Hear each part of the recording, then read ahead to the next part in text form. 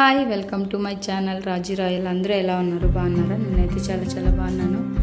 నా గొంతు అయితే కొంచెం బాగాలేదు, అడ్జస్ట్ చేసుకోండి.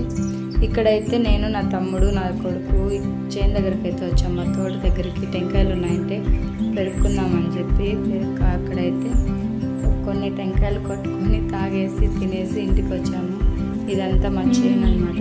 అదైతే సీతాఫల చెట్టు ముదిరిన ఈ పక్క ఉన్నాయి. అక్కడైతే తమ్ముడు టెంకాయ తాగుతున్నాడు. అదే టెంకాయ చెట్టు అనమాట. ఒక్కటే ఉంది. కాయలు అయితే బాగా టేస్ట్గా తీయగా ఉన్నాయి.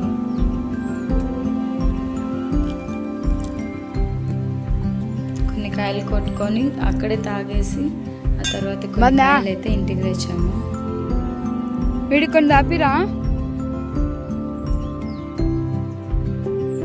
చేతికి కొట్టుకున్న టెంకాయలు అయితే కొబ్బరి కూడా ఉన్నది, కానీ నేతగా ఉన్నది, ఇంకా ముదర్ల కాయలు, అందుకే టేస్టీగా ఉన్నాయి.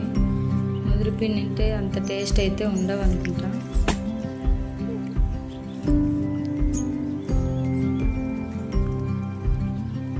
కూర్చోనా? మా చిన్నప్పుడు అయితే టెంకాయ చెట్లు ఉండేవి కాదు, కానీ ఎక్కువ జామ చెట్లు, పరం చెట్లు ఉండేటివి.